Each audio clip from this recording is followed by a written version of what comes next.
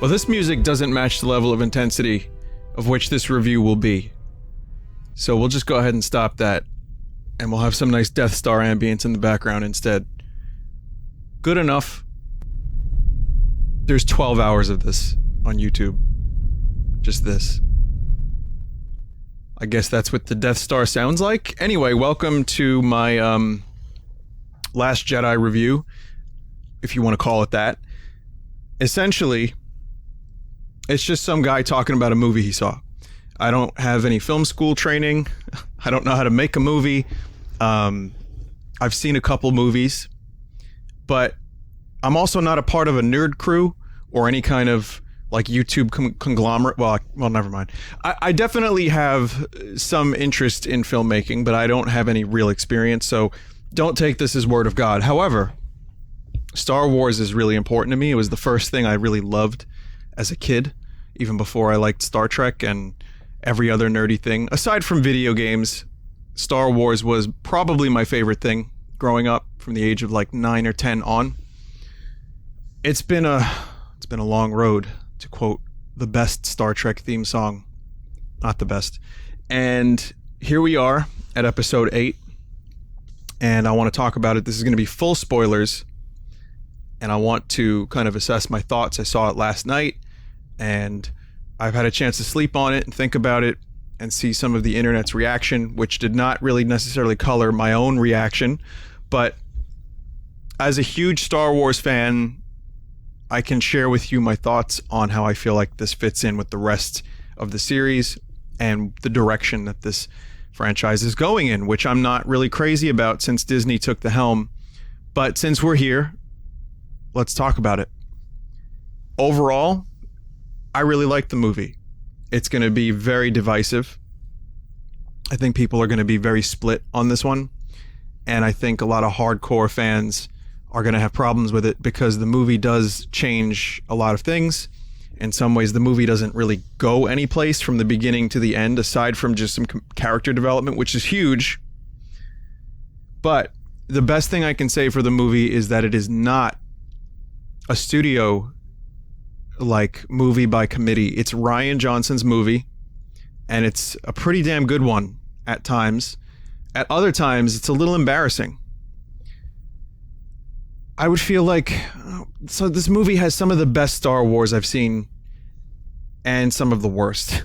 So it's a mix of great and bad, but I'd say that the good outweighs the bad. Let me explain. So spoilers going forward. This is a very Luke-centric movie. Luke Skywalker was the MacGuffin in Force Awakens. He shows up at the end for a second, and Rey goes to hand him his lightsaber. And then what happens in the beginning of this movie, almost the beginning, Luke takes the lightsaber and throws it behind his back, which to me was like a big, well, you know what? This is my movie now, JJ. See ya. I think Yoda would have done a similar thing. If Yoda had the lightsaber, or rather Luke had the lightsaber and tried to give it to Yoda in Empire, Yoda would have probably just tossed it. But anyway, I thought that was a really good way to get this thing going. Actually, the way the movie starts is classic space battles, Star Wars. It's really cool. Poe Dameron, I love Oscar Isaac in the movie. He's really good. But yeah, they go on like a bombing run because they're being chased by Star Destroyers in a dreadnought.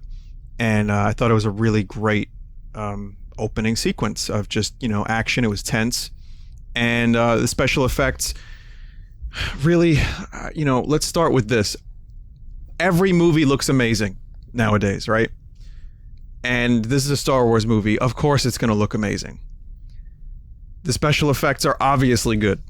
But the cinematography and the decisions that Rian made as a director were very good. And it actually elevated the movie, I feel, because it was it had a style.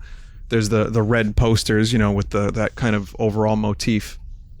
And it works really well for the movie. The sound design is excellent. I think I like the score from John Williams better than Force Awakens. I feel like any of the old revisited sounds, or songs rather, the motifs from previous movies were done really nicely. the new stuff was stronger than Force Awakens new stuff. And I really liked just the production overall. The sound design was great.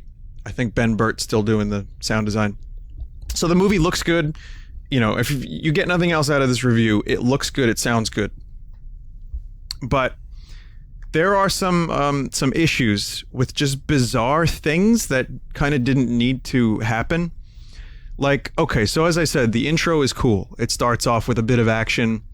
There's a thing that Poe Dameron does that basically shows that he's not a great leader, and he gets a lot of people killed. Leia is big in this movie, and she has a lot to do, but early on she has more to do than later on, and we'll get into that. And obviously, rest in peace, Carrie Fisher. She was really good in this, and you know, I gotta say, it kind of hit home a couple times, and it made people, like, I heard people sniffling in the theater. It was an emotional movie at times, but what this movie did wrong, for some people, it probably did right. What I mean by that is Rian Johnson took risks, and there were definitely some things that shat upon the lore, and I liked that. I enjoyed that throughout the movie. Your expectations are subverted, and we learned things that we wanted to know in 7 that were like kind of a big fuck you, who cares? One of those things is Rey's lineage. The other is, who is Snoke? Well, for Snoke, we don't get an answer. I said spoilers. I'm jumping all over the place, but spoilers, of course. Snoke, basically, we don't get that answer. Rey, we do, and it's nothing remarkable. And I think that's what I liked about the movie. You see, Rey's parents were basically nobody, as Kylo mentions. And I feel like that's a good thing, because the hero's journey, it's been done so many times in Star Wars, and Rian Johnson wanted to explore the gray area, the space in between the light and the dark side of the Force, the middle ground. The hero could be anybody. And I think the idea here is that Rey is not a Skywalker. She's just some person, but she's really powerful. And one of the things in the movie that made me appreciate that and think, that makes sense, is Kylo Ren is a solo. He's got Skywalker blood. He's this big, powerful Jedi dude who does all these things. He's very powerful, and he wants to be, this big, Sith Lord. And so what he does, he grows strong, and he becomes a huge dick, and he becomes one of the leaders of the First Order. But in order for the Force to bring balance to that, someone of equal strength has to rise on the light side, and it just happened to be some random person. I liked that because it shows that, and it's reinforced by the end of the movie, that anybody could be Force sensitive, kind of ruining that whole midichlorian idea. Good. Fuck midichlorians.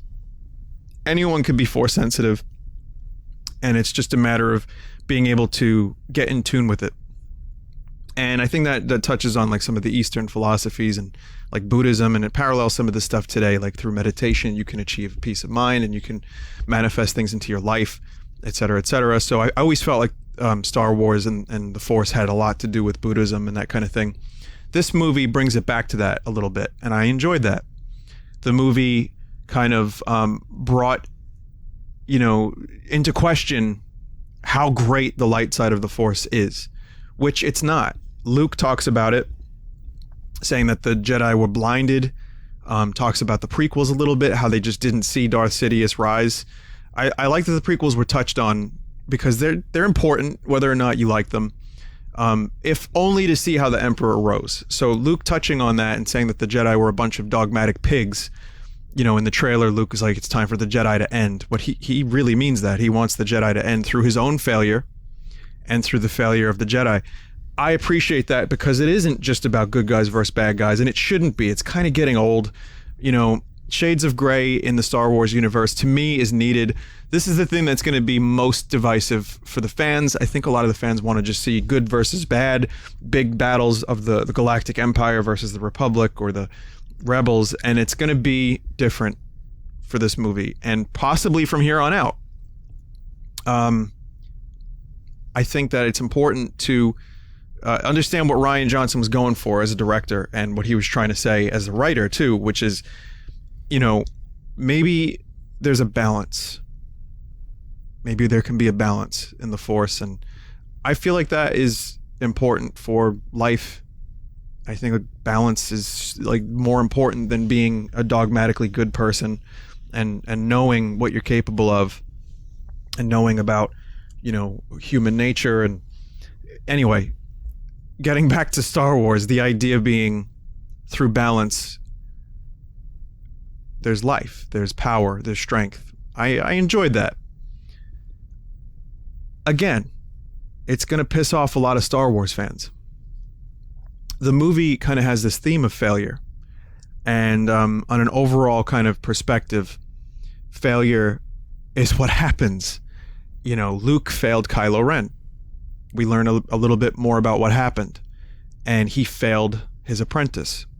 And as a result, Kylo Ren turned to the dark side. Rose and Finn more or less fail with their entire awful subplot. That's a different story. I'll get to that in a bit. Kylo Ren fails, about 2/3 or more through the movie when he tries to do something. There's a lot of failure. The rebels fail trying to escape the First Order. The First Order fails trying to destroy the rebels. Well, they mostly succeed. There's a theme, and I enjoy the theme because it's through failure that you learn, and that's what Yoda says. Spoilers, Yoda shows up, and he's great. He's a puppet. He's a Force ghost puppet, and it doesn't look stupid. Well, a little bit, but that's the point, I think, because the prequels kind of fucked up Yoda a bit, a lot. And I liked the Yoda from episodes 5 and 6 better because he was a little crazy. He would joke with Luke, and he would smack him on the head with a cane. And when Yoda shows up as a Force ghost, he's pretty much just like he was in episode 5 and 6, which is to say he's the hermit, but yet the wise Jedi Master who can still play a joke on Luke. Tonally, that stuff was great. And Yoda says something along the lines of failure is the greatest teacher. And that kind of, for me, struck a chord of like, well, yeah, I mean, that's how you learn. That's how you learn. And this movie doesn't really end in a place that's good for any of the characters, but there is personal development through failure. I appreciated that. This isn't an overt thing. It's not something that just shows up and beats you over the head. It is something that is there, but it's a little bit of subtext, and I think Rian Johnson did a good job with it. Many people will not agree. This movie is going to be super split down the middle of people that love it versus people that hate it, people that feel like their lore has been destroyed. But I can appreciate how different this movie is compared to 7, which was a retread of episode 4 and some of 5. This movie kind of feels like its own thing. It feels like a movie that wants to shake things up on purpose. There are some lines in the movie, kill the past. I agree, it is time for something different in Star Wars, and I think this was a good way to bring that forward a little bit. It's not a perfect movie. It failed on a few accounts. Hopefully there will be some learning for the next one.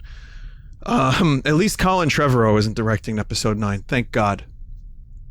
But the movie definitely struck a lot of nerves for me, and when it did kind of go into nostalgia territory, it didn't suck, didn't feel forced.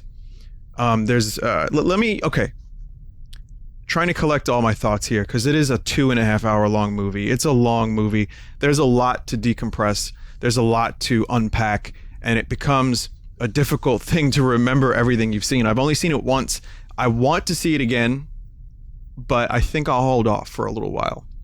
Here's what I liked. Here's some of the best Star Wars versus some of the worst Star Wars. So here we go. Some of the best in this movie. Luke was great. The acting from Mark Hamill was great. He fucking nailed Luke in a way that reminds me both of younger Luke, but also of the wise Jedi Master Luke, who's been a hermit on an island for a long time. So I enjoyed that, though he was a little crusty, let's just say. And I didn't expect some of the crustiness. I thought maybe this wise Jedi Master would be kind of like all-knowing. He's a little curmudgeon-y, which leads us to one of the worst moments where Luke drinks the milk of a four-titted cowbird giraffe thing. And he gets like this green milk shit in his beard. Okay. It's bizarre. It is so weird to see like alien tits in a Star Wars movie. I don't know what the fuck they were thinking, but it serves a purpose of like, wow, look how far Luke fell. Look at how his life is in squalor. He doesn't give a shit.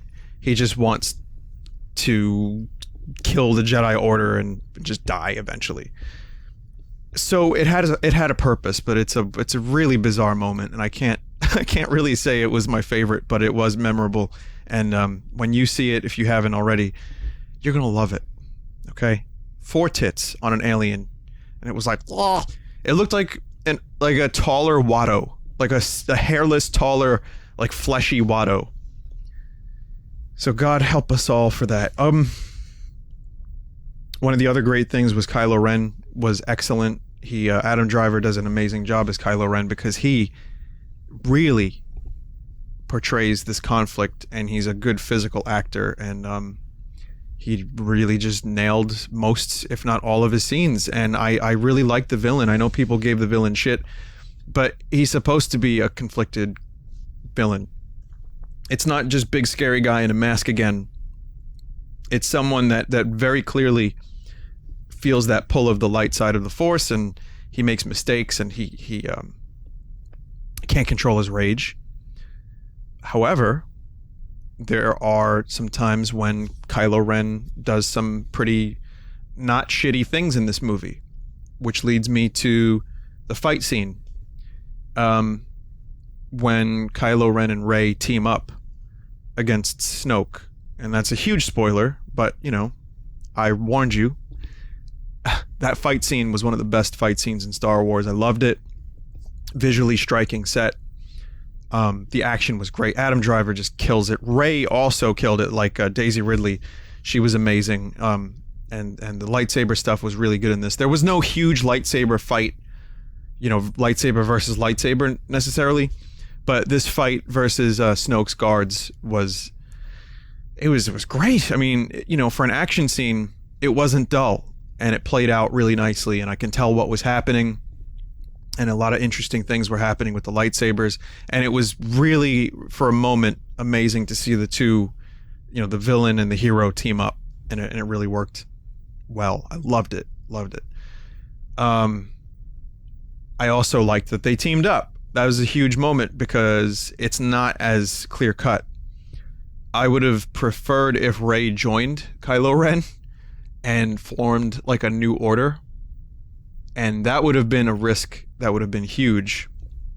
Kylo offers Rey to join him in Snoke's place, and I think that would have been a great way to end Episode 8, and then Episode 9 starts like 10 years later, and Kylo Ren maybe defects. That would have been one way to do a redemption arc and a switch. Doesn't really happen.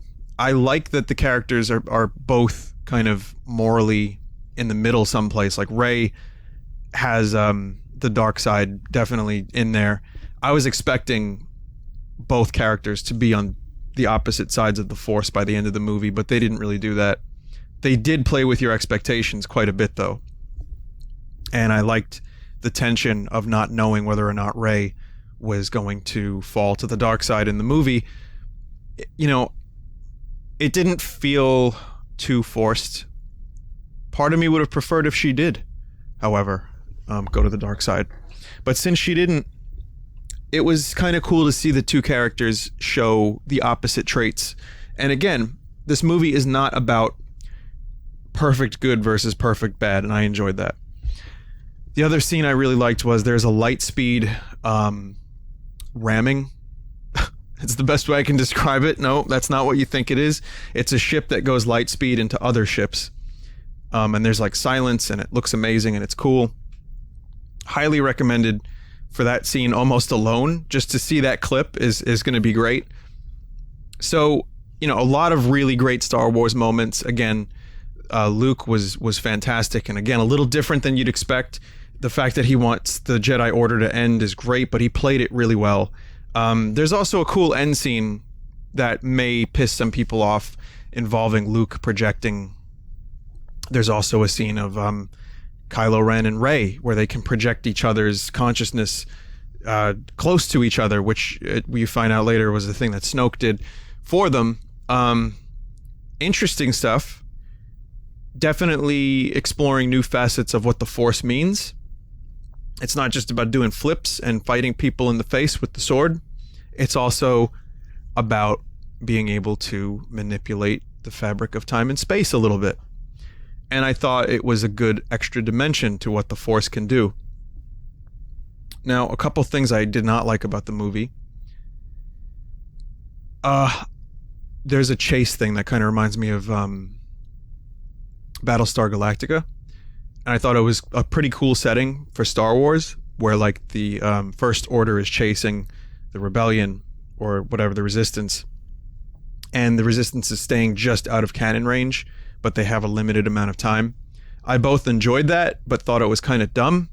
Like, the First Order couldn't figure out a way to speed up or get ahead of them or something. Very strange. But I get it. What I really didn't like was most of Canto Bight, which is the casino world that Finn and new character Rose go to. And it just, some of it looked cool. A lot of it just looked like Earth. They tried to explore like the rich people of the Star Wars universe, the rich aliens, and it just felt like a different movie. Throughout the whole movie, every time we got back to the Canto Bight scenes, I was like, ugh. There was like animal racing. There was like an animal rights thing. What I get the message, I appreciate it, but it was like a little hammered home. There was just these weird kind of moments that didn't feel like Star Wars, and I'm willing to accept the risk of trying something different. I'm willing to say, if it doesn't feel like Star Wars, that's okay, because we need something new. But I feel Canto Bight didn't really work, and I also didn't feel like the Finn Rose love story, if there was one, I'm not even really sure. It just fell flat for me. So while I appreciate everything Rian Johnson tried to do, I can imagine him, sitting there thinking to himself, oh man, I might have went a little too far in a few places. But I don't think it really paid off, to be honest. So sorry about that, Ryan. You tried, but Canto Bight did nothing for me. Didn't kill the movie. And I get why it happened. Benicio Del Toro was in the movie as like a code breaker. I was like, wait a minute, what? And he had like a weird stutter thing he was doing, and I didn't mind it, but it started feeling like a forced affectation to try to make the character unique. It was like a double, triple cross kind of thing that happened, and again, it really didn't go anywhere, but it does reinforce the failure theme of like, these characters are in the darkest period, because this is the second movie of this trilogy, which usually implies a really dark turn if you follow traditional, like the script writing kind of rules of, the heroes have to meet their darkest moment before they can go back up. It happens in a similar way to Empire, but this is even worse. But I didn't really care for it. They actually introduced the need for this master codebreaker plot with Maz Kanata, Maz, who was in the previous movie as new Yoda. And she's like got a jetpack and she's shooting things.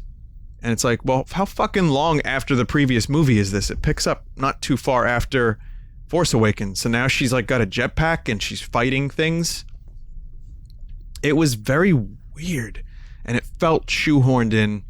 I didn't think they needed to revisit that character, and it was like very Disney and wacky.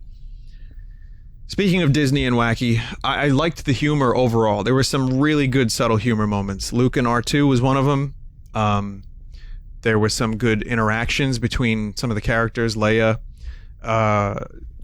There was definitely a healthy dose of humor, and Star Wars has never been short on humor, but I felt like maybe some of it almost felt a little forced. Like, example, the one-dimensional General Hux character. Early on, Poe is joking with him, and my theater was laughing a little bit, but it felt too much too soon. Like, Poe was like, I'll hold. Like, he's doing a bit where he can't hear General Hux. And General Hux is like, can you hear me now? And Poe's like, yeah, I'll wait for General Hugs. And it happened way too early in the movie, and it was a little bit much. I get that there was a point to it. It was a distraction. But it kind of turned the mustache twirly villain into like a Looney Tunes character. So some of the humor felt a little bit flat. Some of it worked well.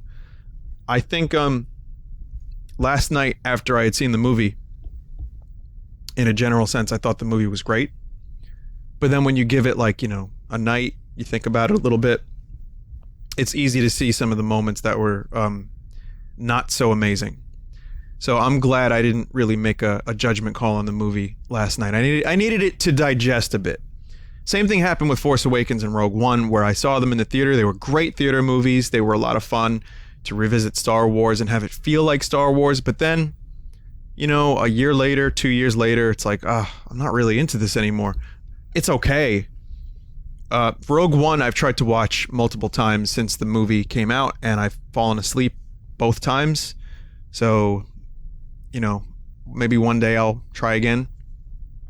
I think The Last Jedi, though, has a number of layers that I think it'll age a little bit better than Force Awakens, because again, it is trying to do something new. In some ways, it went like the opposite direction of Force Awakens, almost on purpose. Like, I'll give you an example. Here's one thing that I thought was fine, but I can see people bitching about. Snoke, the big Emperor-like villain. People had theories. Who is Snoke? Darth Plagueis, a clone of the Emperor? Some other Sith that we've known about? And in this movie, he gets sliced in half, and we don't find out. So there's no answers. And part of me felt like, well, that's good, because who cares about the answers? It's about the plot. Like, maybe it doesn't matter. Maybe this Snoke fellow rose to power just because Luke Skywalker was out there being powerful, and the balance of the Force needed to be met through some criteria. That could be exactly what that was. And it was like, well, fuck the minutia. Just let it happen. I can appreciate that. I also appreciate this kind of overall theme of legends never really matching up to their legend, I guess. You have Rose meeting Finn, and he doesn't really live up to her expectations. Luke doesn't live up to Rey's expectation. There's a kind of theme of, it doesn't matter what your legend is, you have to define yourself by your actions. And you're also just a person. And maybe there's another theme of legends can inspire people to do great things, but that doesn't mean that the legends themselves are perfect. And I think that's true for life too. People that look up to other people and get so much from them. Well, just because this person created this amazing thing, it doesn't mean that they're a perfect, luminous being. It means that they're a flawed person that went through some shit just like you did, except they were able to channel it in a way that inspired others. And I think Star Wars has always been about the legends, rising to power and being amazing. It's not as black and white with Star Wars at times, because you have Anakin, and Obi-Wan wasn't perfect, Qui-Gon wasn't perfect. Obviously Luke struggled. But in this movie, it's even more gray than before. And I can, again, I'm going to say I can appreciate it. I say that a lot, but I understand it, and I like it. I like that this movie was more about everyone. And again, reinforced by the end of the movie. Here's a big spoiler. The very last shot is some kid on that Canto Bight planet that the main characters had run into earlier. And he's playing with a Luke Skywalker action figure or something, to sell the merch. It's like a little wooden figure. It's not, nothing crazy. And then he uses the Force, just some random kid in the ass end of the galaxy. Well, it's the rich planet of the galaxy. Uses the Force to pick up a mop, and then, he kind of looks into the distance. The idea being that the seed of the rebellion is always there, and the next generation will be inspired by these legends to rise up and do something great. And this kid is he doesn't have midichlorians. He's not a Skywalker. He's just some kid.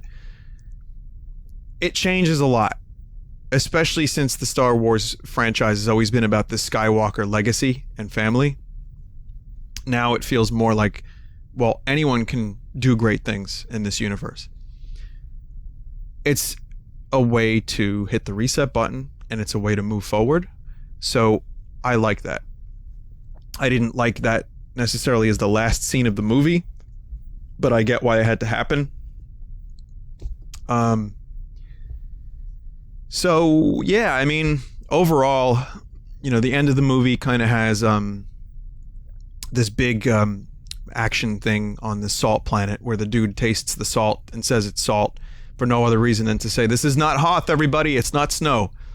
It's visually striking. The rebels are in these piece of shit like hovercrafts that have like a ski, and it creates this red smoke behind them, and it's a really, really visually beautiful thing. And they're up against walkers, and they basically can't even fight the walkers. They're just being eliminated. And they're trying to stop this like battering ram, which was kind of funny, actually. A mini Death Star battering ram. And Finn is about to sacrifice himself, and then Rose like knocks him out of the way and is like, but you gotta love your friends. So, you don't want to fight your enemies. You gotta save your friends. And then kisses Finn on the lips. And I was like, wait a minute, they've known each other for like 20 hours, 10 hours. Again, weird subplot. I would have been cool with Finn sacrificing himself. I would have been sad about it because I actually like Finn as a character, but it didn't happen that way. And instead we got kind of nothing. However, what we did get was a scene with Luke and Kylo, which I felt was very, very, very necessary and interesting the way it was a projection.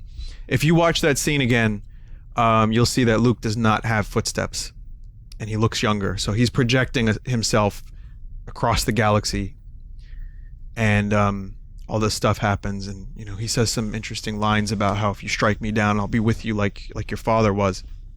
Your father is, and it's true. And it shows Kylo is like a very conflicted, spoiled, maybe not spoiled, but like entitled dickhead who. He doesn't care. I mean, he ordered an attack to kill Luke, and then he tries to kill Luke again when he gets down with his lightsaber. It's like, dude, come on. Part of me wanted a redemption arc for him, but another part of me felt like after he killed Han, he was too far gone. So then Luke kind of disappears, and then he becomes one with the Force and just like meditates out of existence or something. And I didn't feel too sad about that. I was kind of okay with it because it felt like his story had concluded. He did what he had to do. He wanted the Jedi Order to end. Master Yoda was, there. And again, Yoda was perfect in this movie and gave him what he needed to do his thing. So overall, the Luke stuff was good for me. I really enjoyed it. And I got a little teary when almost everyone did in the theater. I heard people sniffling. There's a scene where Force Ghost Luke, which you don't know at the time, holds Carrie Fisher's hand, holds Leia's hand, and the music plays, and this is their reunion, and it kind of brought me back to when I saw these characters for the first time, and now here they are again, and Carrie's no longer with us. It was just too much. It really, usually movies don't get me. I don't get too sappy, but this had a lot behind it, and it got me a little emotional. And I know I enjoyed seeing Leia's role in this movie, though I didn't mention the most egregious moment in possibly the entire franchise, which is Space Witch Leia. Okay, so earlier in the movie, there's a scene where they're attacking. The First Order is attacking, and Kylo Ren hesitates because he senses his mother is in the rebellion ship or the resistance ship. But his wingmen attack the cockpit anyway.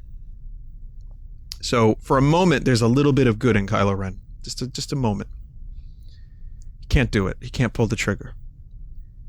Doesn't matter. The bridge gets destroyed, blown up. Leia gets sucked out into space. I thought to myself, oh man, this is powerful. This was how they rewrote the movie. Carrie Fisher passed away and they can't use her for Episode 9.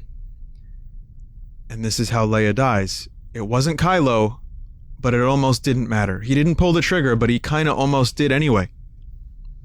And then you see her floating in space. I was like, wait a minute. Why do we see her in space? I thought it was a CG Leia. And then I thought, well, this is a good fitting way just to see her for a moment. She's in space. Bye. And then they show her hand and it twitches. And then she lifts it forward and she uses the Force to pull herself inside the ship. Okay. So not only did it look ridiculous to see Leia floating through space and then living, but we had never seen her use the Force before. This was a big moment. It was like, Leia is powerful in the Force. She can use it. So she's going to not die in the vacuum of space and bring herself back. And then she's out of commission for a little bit of the movie. But then she comes back and she's more or less okay. I know some people really liked this scene. I saw some people online talk about how great it was. A lot of people didn't like it. I did not like it. And I'm really upset that they didn't actually apparently rewrite the movie at all, because I feel like that would have been a good scene to end on for Leia. She really doesn't do a whole lot. A couple things. There's the reunion with Luke at the end of the movie, which was nice. But I feel like she could have just, at that moment would have been appropriate for us to say goodbye to Carrie Fisher and to Leia. But it just felt so weird. And I mean, if you see the movie, and you probably have, if you've seen this, I hope, then you'll know what I'm talking about. Not a great scene for me. Not one of my favorite Star Wars scenes. Maybe one of the worst. But that's just my thought. Regardless, it was good to see her because she did do a good job. Everyone in this movie, I thought, was a good actor and did a fine job. And I can't really complain too much. A couple of hammy performances for sure. A couple of paper thin characters for sure. But when it had depth, it was good. Going forward, I'm probably missing a number of things. Again, it's a 2.5 hour movie. It's fucking dense. Every frame is so dense. But I enjoyed most of it, and I had a good time in the theater with it. I look forward to seeing what is going to happen in Episode 9, because I think it's being directed by J.J. Abrams now, and this movie changes a lot. I don't know what direction they're going to go in. The rebellion by the end of the movie is only left to 12 people or more, a couple more people in the Millennium Falcon, which Chewie was great in the movie, by the way. Porgs did not annoy me, on a side note. They were kind of kept in the background. So I thought we were going to see a lot of Pokemon scenes to sell them toys, and we kind of did, but not enough to ruin the movie for me, not enough to distract me. So, but yeah, Episode 9, I don't know what direction it's going to go in. I think it'll start with a time skip, kind of like the prequel trilogy and some of the original trilogy, maybe 5 years later, 10 years later. The seeds of the rebellion have been planted, they have grown, and we see a restructured thing. Kylo Ren is just seething with hatred, as the supreme leader of this new order, of the First Order, and Rey is trying to maybe train some Jedi kids. Maybe, I don't know. We'll see. The problem is Leia was supposed to be a big focus of Episode 9. So I don't know how they're going to write around that. And also, she lives by the end of the movie. She's with everybody. So I wonder if maybe in the opening crawl, Princess Leia has passed away and they start with a funeral, and the rebellion is in disarray, and I don't know. I don't know what they're going to do. I'll tell you what. I like Rian Johnson as a director. He did a pretty great job with this movie, in my opinion. Not everyone's going to feel that way. I think this movie is going to age better than Force Awakens. When Force Awakens first came out, everybody loved it. A year later, people were like, it's derivative, it's shit. It's just episode 4. Now this one comes out, and people are kind of immediately shitting on it for being too different. But I think there's more to it. There's more substance beneath the surface. And there's more lessons to be learned, and it changes the nature of the Star Wars galaxy a little bit in a way that I appreciate, and I hope adds a little bit more depth to this universe as opposed to just good guys versus bad guys. So let's hope that JJ can bring it home with episode 9. And of course, Rian Johnson was granted a trilogy of his own. Disney was just like, hey, Rian, you want to do a completely different trilogy without any Skywalkers or anything like that? And he was like, okay. So I'll watch it. The choices he made for this movie were interesting. I still feel like he maybe had a couple of hands tied behind his back because there were some, some things that were going to go in one direction, and then he pulled back a little bit. I think almost, if given the chance, Rian Johnson probably would have gone even further with some of the things that changed the nature of the story. But I think the studio still kind of pulled him back a little bit. So I'm curious to see what he'll do with all original, all new characters.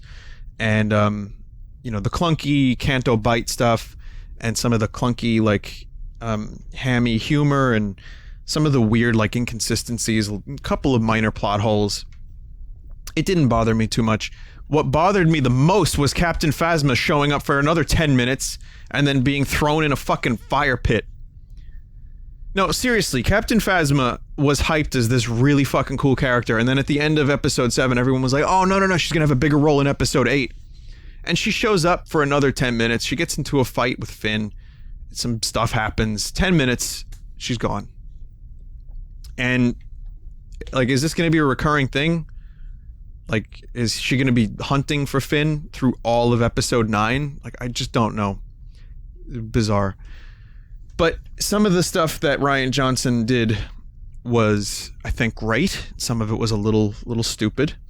But overall, I would say that at the moment, and time could change this, but at the moment, I'm feeling I like episode 8 better than Rogue One and 7 because it's the only movie so far that I feel really tried to do something new and interesting, and it developed characters that I cared about and had interest in, and it did right by some of the lore and changed it, but also made it more malleable for the future. Here's the thing. There's a scene where there's an arms dealer kind of thing that happens, and they make this point that the Empire and the Rebel Alliance, or the Resistance, got weapons from the same dealer. It's all about money. It doesn't matter what side you're on. The weapons dealer is still going to sell the weapons to both sides. And as ham-fisted as that scene was, and maybe the Canto Bight stuff was leading to that, I liked that because it painted a slightly more realistic picture of this universe. And that's part of what I really wanted from Star Wars, which is I just want a little bit more about this world. Say what you want about the prequels, but I do feel like they developed the world a little bit in an interesting way. I know it's ham-fisted and the convoluted political kind of discussion and trade federations and all this stuff, but even though it was not good for a kids movie and it made no sense sometimes, it still added a lot of grounding to this universe. And I feel like episode 7 lacked that a lot. And we didn't know really anything about what happened with this Republic. Very little, except that they apparently were destroyed and their entire fleet was destroyed. So we're left with just 1 or 2 ships of the Resistance. So, that's not what I thought. I didn't think we were going to get much more about the Resistance, but I'm glad we got a little something about, okay, here's, there's an arms dealer, or there's a number of arms dealers out there that's basically funding and giving weapons to rather just giving weapons to, I suppose, the rebellion and the Empire, or the First Order and the Resistance. I don't even know why they changed the names. It's very confusing. So good on them for trying something. Maybe it didn't work altogether, but there's a lot of little scenes that worked nicely, and there's a lot of little world building moments, and there was a nice retcon of midichlorians, and there was also kind of a way to say, well, you know what? The fan theories about these characters, who cares? It's not about that. It's not about who the characters are in lineage. Kill the past. This is something new. Let these characters define, where their actions and where we go from here. Like in episode 4, we didn't know Luke Skywalker was anything special. The movie was, it's still a great movie. It still holds up. But by that movie, we didn't know there was a relation between Vader and Luke, and maybe there wasn't. We don't know. I mean, well, Lucas says there was, but I don't know if I believe him. And I think you have these characters that kind of just weren't these legendary things with these legendary names. They were just a couple of characters that did what was right, and they did it in a way that was a lot of fun to watch, but also they changed their galaxy. And that I appreciate more than Snoke is Palpatine's clone. Did you hear Rey is Luke Skywalker's illegitimate daughter? Obi-Wan. Like, we don't need that. Really, it's fine. It's okay. We Finn is Lando's son. General Hux is Luke Skywalker's son. Like, all these potential connections just didn't need to happen. And this movie just said, nope, fuck it. So, overall, I won't give it a number score or anything. Overall, I liked the movie, and I'm happy that it came out the way it did. Like I said, had some really memorable and beautiful scenes. Great fight scene in there. Some good lore. Some great dialogue at times, but it also suffered from some questionable decisions. And it's not a perfect movie, but I think it's worth a shot. Obviously, you're going to see it, because if you've watched this, you have some interest in Star Wars, I think. And fucking everybody knows Star Wars and watches Star Wars these days anyway, so people are going to watch it. But I think it's at least worthy enough to be considered a follow-up to Episode 7, and I hope Episode 9 ties all this together in a really nice way. My other minor gripe is that, in some ways, a lot of the lore in Episode 8 negates some of the lore in Episode 7, making it almost feel a bit irrelevant. That's not 100% true. The characters were established and they're developed further here. So they complement each other, but you can tell it was like different directors with different visions, and the stories definitely feel a bit at odds with each other. Still, it's well, at least for me, it's better than the prequels, and I completely hate prequels. They're fun to watch, and they're funny, and they make me laugh out loud. But these movies feel like Star Wars movies, and they're pretty good. Are they great? Maybe not, but I'm enjoying it, and I'm in for the ride. Let's hope Episode 9 brings it together. Okay, I'm a little bit long-winded. Thank you for listening to some random person's opinion about this franchise and specifically this movie. If I missed anything, maybe just talk about it in the comments. Let me know what you think, because I am genuinely curious to see what everyone felt about this movie. And if you feel like if Luke's adventure in drinking four-titted purple or green milk rather was maybe the best part of the movie, I want to know about that too. So let me know, and I'll see you in 2 years. May the Death Star ambience be with you.